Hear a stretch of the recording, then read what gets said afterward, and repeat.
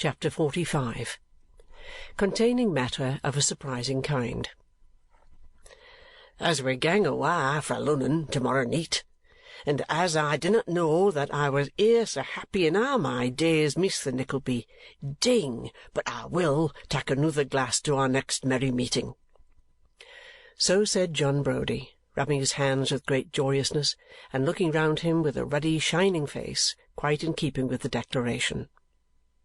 The time at which John found himself in this enviable condition was the same evening to which the last chapter bore reference.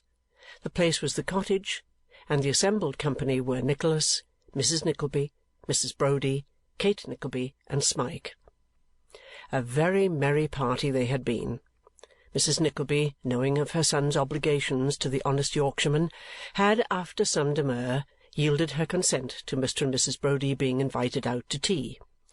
In the way of which arrangement there were at first sundry difficulties and obstacles, arising out of her not having had an opportunity of calling upon Mrs. Browdie first.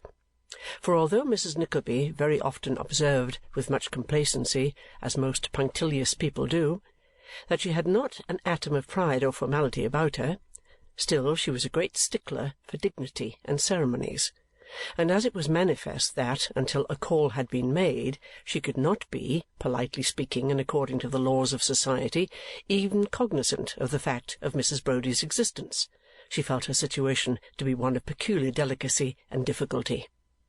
"The call must originate with me, my dear," said Mrs. Nickleby. "That's indispensable. The fact is, my dear, that it's necessary there should be a sort of condescension on my part, and that I should show this young person that I am willing to take notice of her.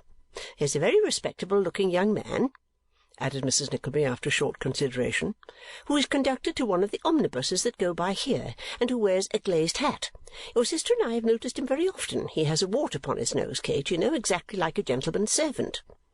"Have all gentlemen's servants warts upon their noses, mother?" asked Nicholas. "Nicholas, my dear, how very absurd you are!"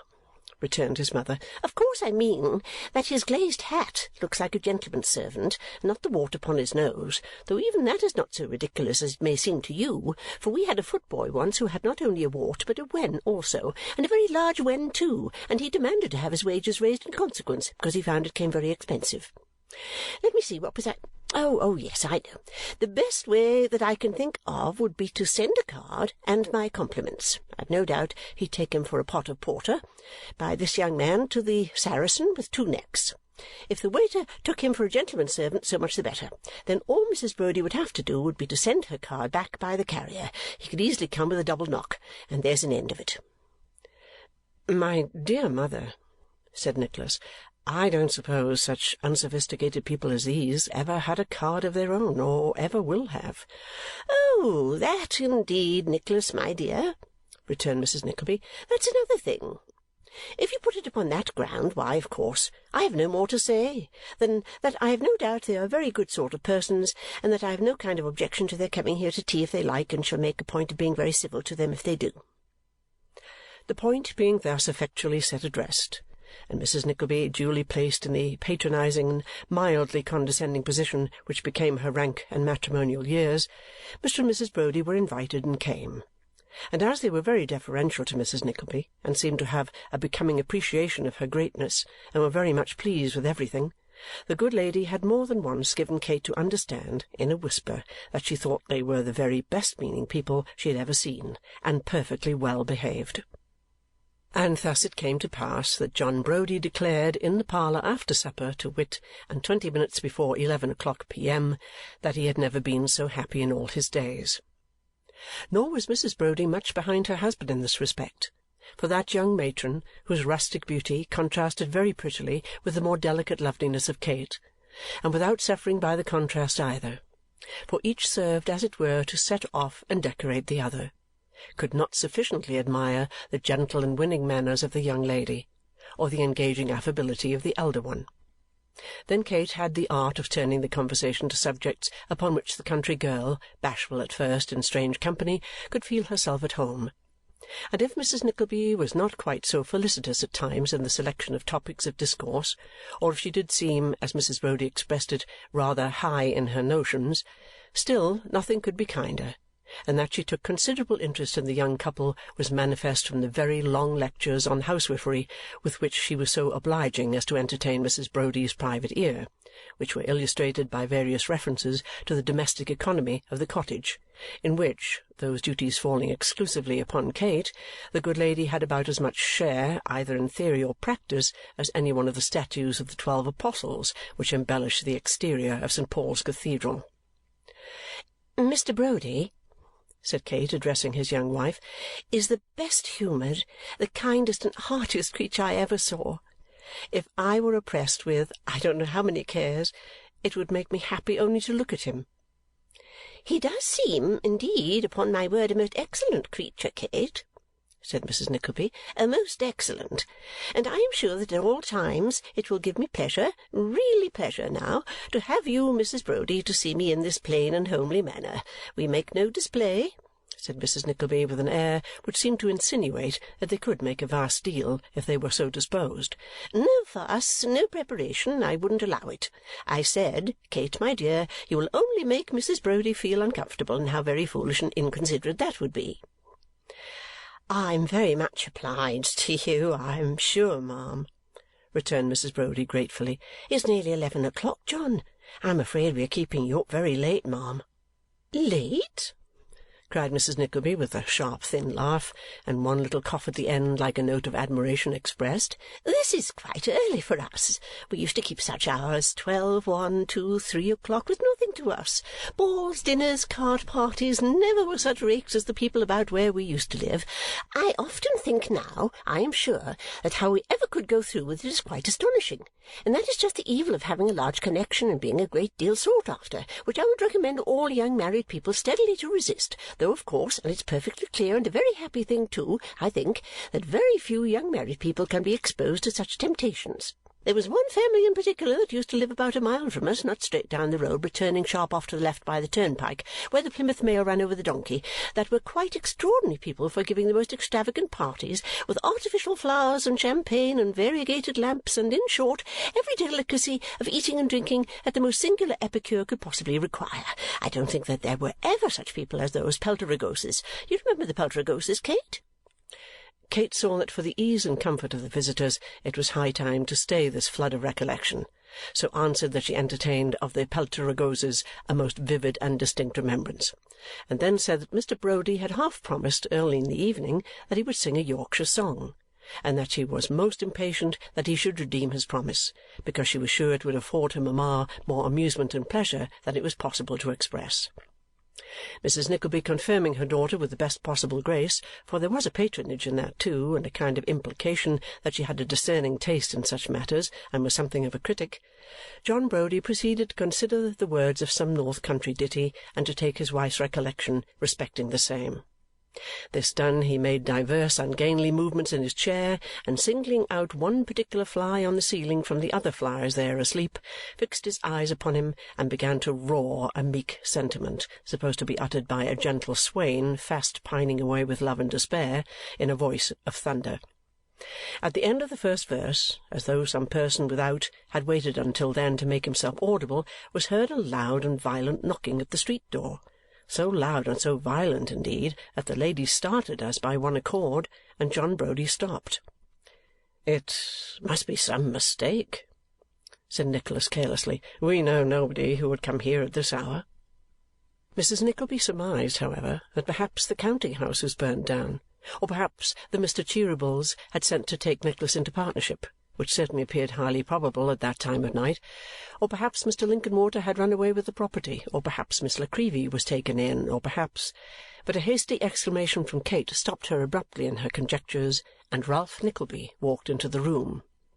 "Stay," said Ralph as Nicholas rose, and Kate, making her way towards him, threw herself upon his arm. "Before that boy says a word, hear me." Nicholas bit his lip and shook his head in a threatening manner, but appeared for the moment unable to articulate a syllable. Kate clung closer to his arm. Smike retreated behind them, and John Brody, who had heard of Ralph, and appeared to have no great difficulty in recognizing him, stepped between the old man and his young friend, as if with the intention of preventing either of them from advancing a step further. "Hear me, I say," said Ralph, "and not him." "Say what thou'st gotten to say then, sir," retorted John, "and tak' care thou dinnot put up angry bluid, which thou'dst better try to quiet."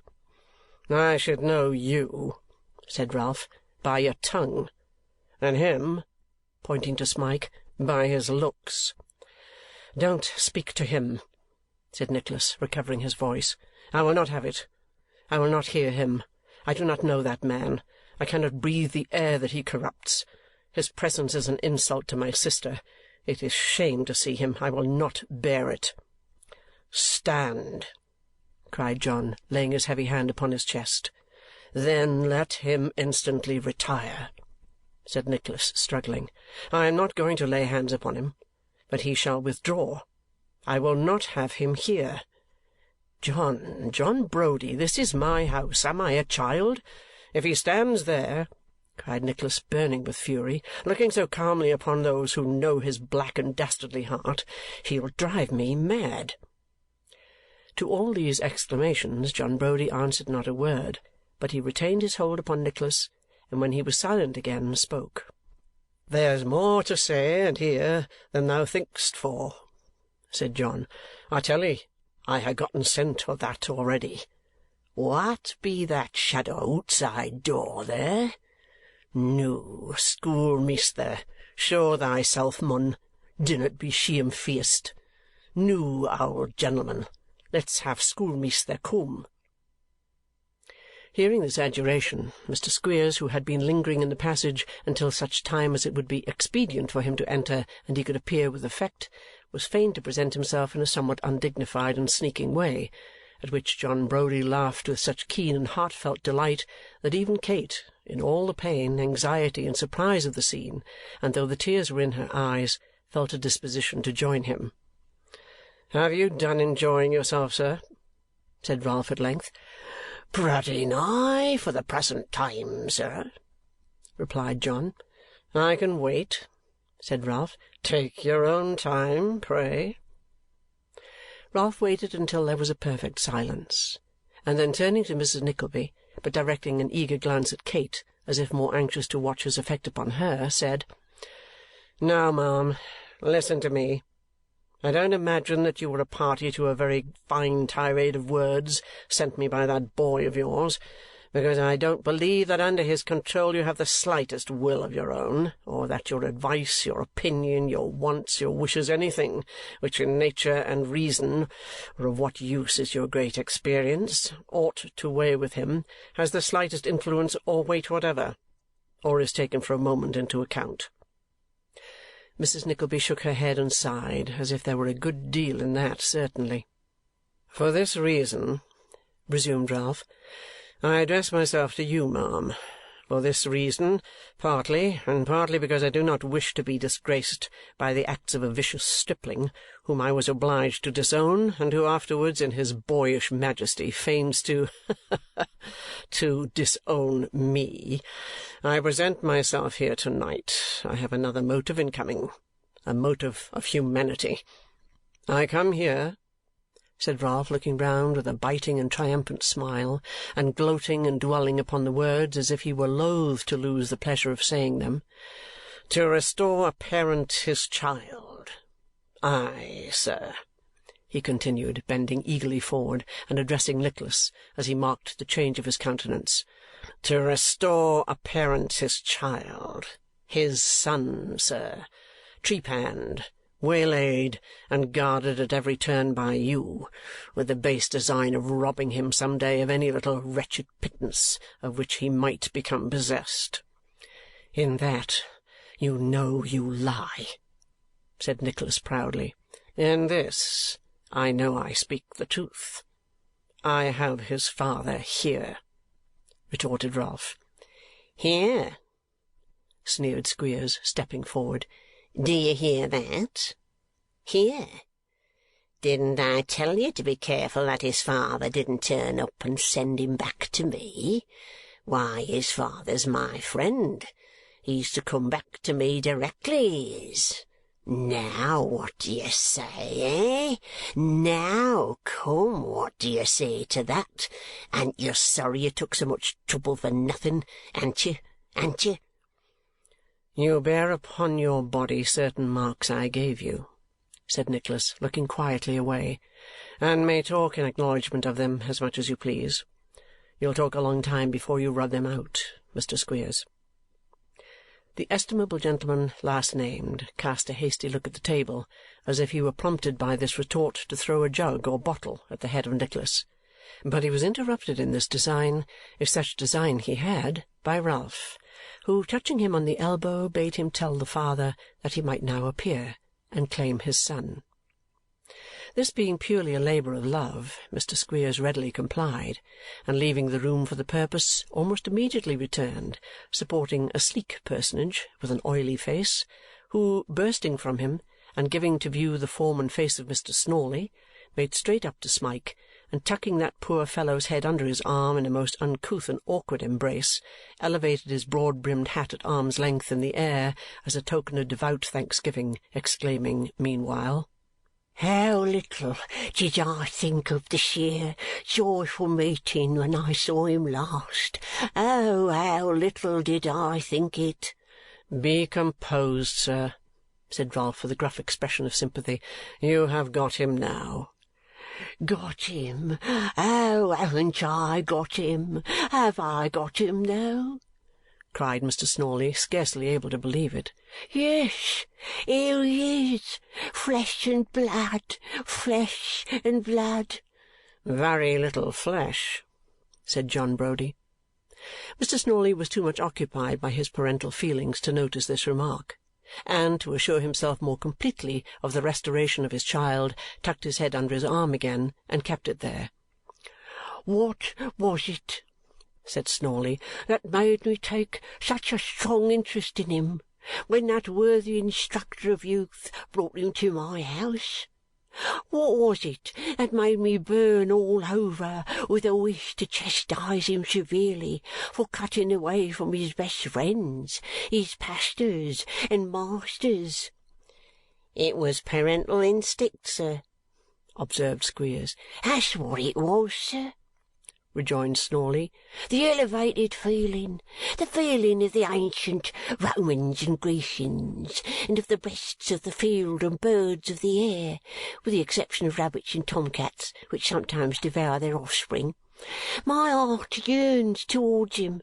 I don't know what I could have done to him in the anger of a father." "It only shows what nature is, sir," said Mr. Squeers. "She's rum 'un, is nature." "She is a holy thing, sir," remarked Snawley. "I believe you," added Mr. Squeers with a moral sigh. "I should like to know how we should ever get on without her. Nature," said Mr. Squeers solemnly, "is more easily conceived than described. Oh, what a blessed thing, sir, to be in a state of nature!" Pending this philosophical discourse, the bystanders had been quite stupefied with amazement, while Nicholas had looked keenly from Snawley to Squeers and from Squeers to Ralph, divided between his feelings of disgust, doubt, and surprise. At this juncture, Smike, escaping from his father, fled to Nicholas, and implored him in most moving terms never to give him up, but to let him live and die beside him.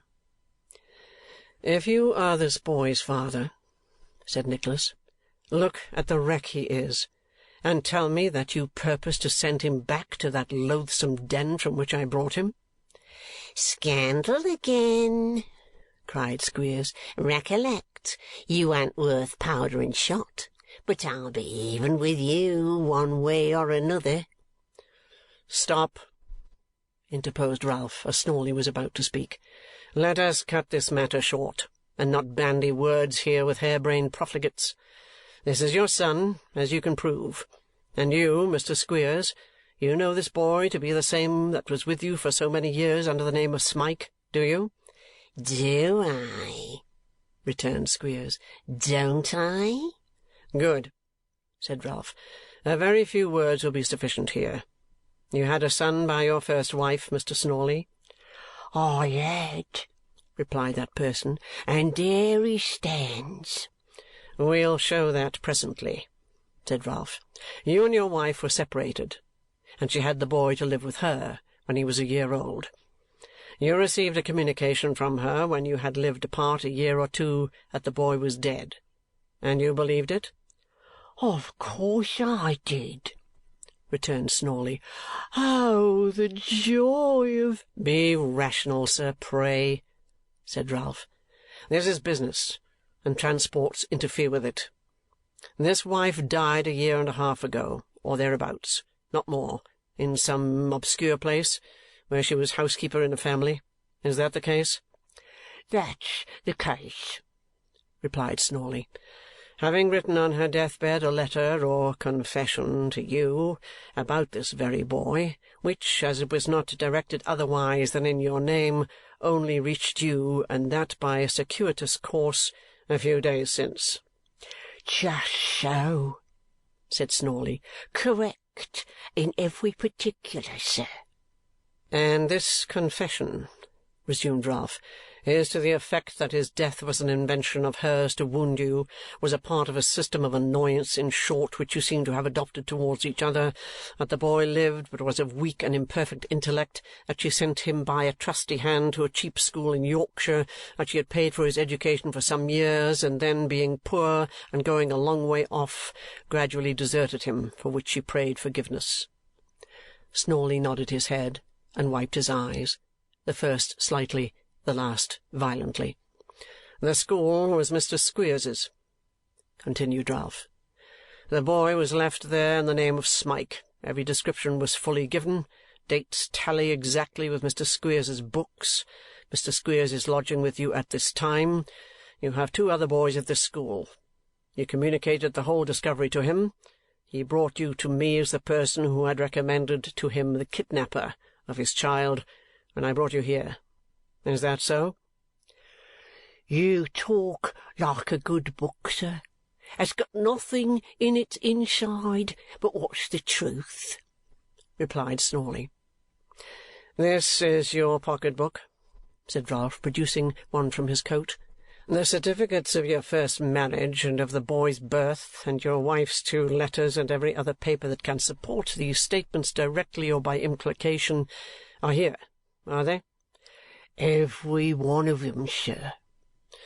And you don't object to their being looked at here, so that these people may be convinced of your power to substantiate your claim at once in law and reason, and you may resume your control over your own son without more delay? Do I understand you? I couldn't have understood myself better, sir. There, then, said Ralph, tossing the pocket-book upon the table. Let them see, if they like. And as those are the original papers, I should recommend you stand near while they are being examined, or you may chance to lose some. With these words Ralph sat down unbidden, and compressing his lips, which were for the moment slightly parted by a smile, folded his arms and looked for the first time at his nephew.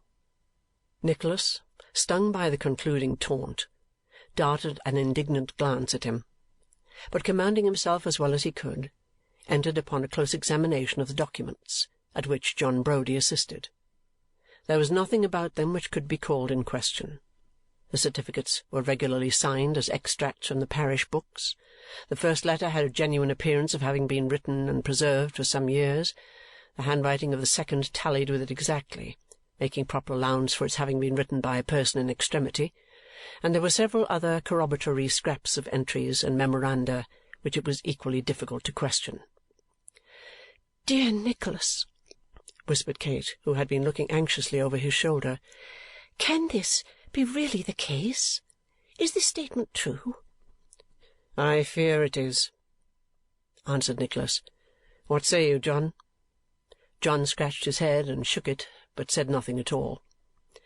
"You will observe, ma'am," said Ralph, addressing himself to Mrs. Nickleby, "that this boy, being a minor and not of strong mind, we might have come here to-night armed with the powers of the law and backed by a troop of its myrmidons. I should have done so, ma'am, unquestionably, but for my regard for the feelings of yourself and your daughter.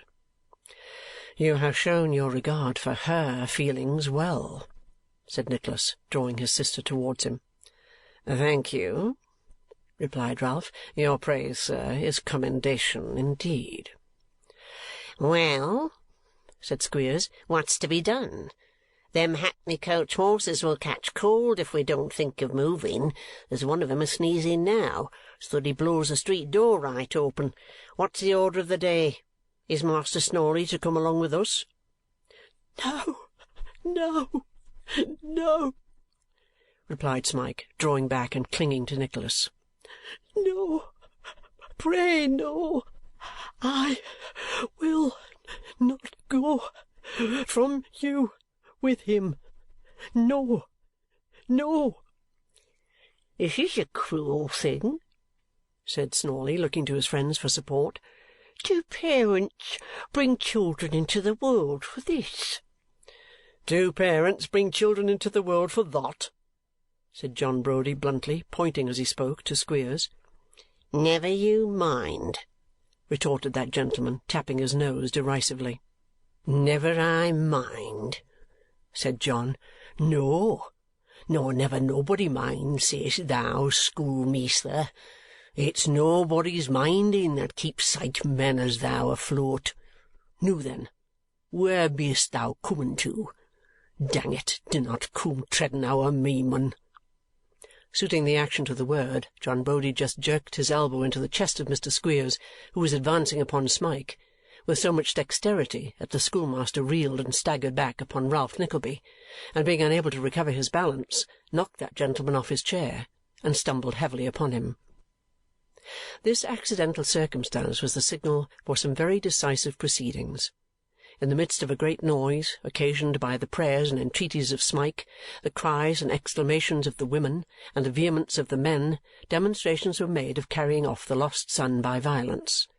Squeers had actually begun to haul him out, when Nicholas, who until then had been evidently undecided how to act, took him by the collar, and shaking him so that such teeth as he had chattered in his head, politely escorted him to the room door, and thrusting him into the passage, shut it upon him.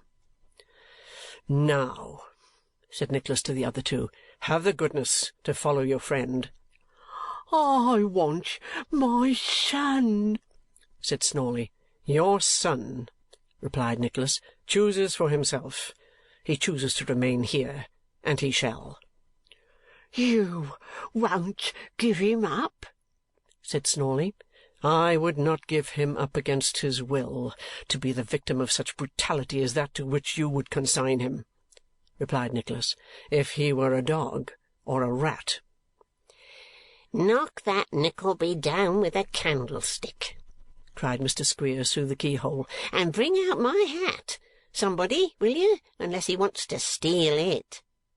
"I am very sorry indeed," said Mrs. Nickleby, who, with Mrs. Browdie, had stood crying and biting her fingers in a corner, while Kate, very pale but perfectly quiet, had kept as near her brother as she could. "I am very sorry indeed for all this. I really don't know what would be best to do, and that's the truth. Nicholas ought to be the best judge, and I hope he is. Of course it's a hard thing to have to keep other people's children, though young Mr. Snawley is certainly as useful and willing as it's possible for anybody to be. But if it could be settled in any friendly manner, if only Mr. Snawley, for instance, would settle to pay something certain for his board and lodging, and some fair arrangement was come to, so that we undertook to have fish twice a week and a pudding twice, or a dumpling or something of that sort, I do think that it might be very satisfactory and pleasant for all parties." This compromise, which was proposed with abundance of tears and sighs, not exactly meeting the point at issue, nobody took any notice of it, and poor Mrs. Nickleby accordingly proceeded to enlighten Mrs. Browdie upon the advantages of such a scheme, and the unhappy results flowing on all occasions from her not being attended to when she proffered her advice. "You, sir," said Snawley, addressing the terrified Smike, "are an unnatural, ungrateful, unlovable boy. You won't let me love you when I want to. Won't you come home, won't you?" "No, no, no!" cried Smike, shrinking back. "He never loved nobody," bawled Squeers through the keyhole. "He never loved me. He never loved Wackford, who is next door but one to a cherubim. How can you expect that he'll love his father? He'll never love his father, he won't. He don't know what it is to have a father. He don't understand it. It ain't in him." Mr. Snawley looked steadfastly at his son for a full minute, and then covering his eyes with his hand and once more raising his hat in the air, appeared deeply occupied in deploring his black ingratitude. Then drawing his arm across his eyes, he picked up Mr. Squeers's hat, and taking it under one arm and his own under the other, walked slowly and sadly out. "Your romance, sir," said Ralph, lingering for a moment, "is destroyed, I take it. No unknown, no persecuted descendant of a man of high degree, but the weak imbecile son of a poor petty tradesman. We shall see how your sympathy melts before plain matter of fact." "You shall," said Nicholas, motioning towards the door. "And trust me, sir," added Ralph, "that I never supposed you would give him up to-night. Pride, obstinacy, reputation for fine feeling were all against it. These must be brought down, sir, lowered, crushed, as they shall be soon.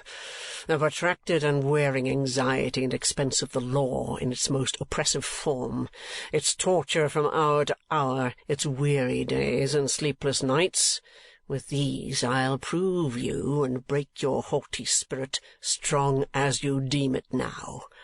And when you make this house a hell, and visit these trials upon yonder wretched object, as you will, I know you, and those who think you now a young-fledged hero, we'll go into old accounts between us two, and see who stands the debtor and comes out best at last, even before the world."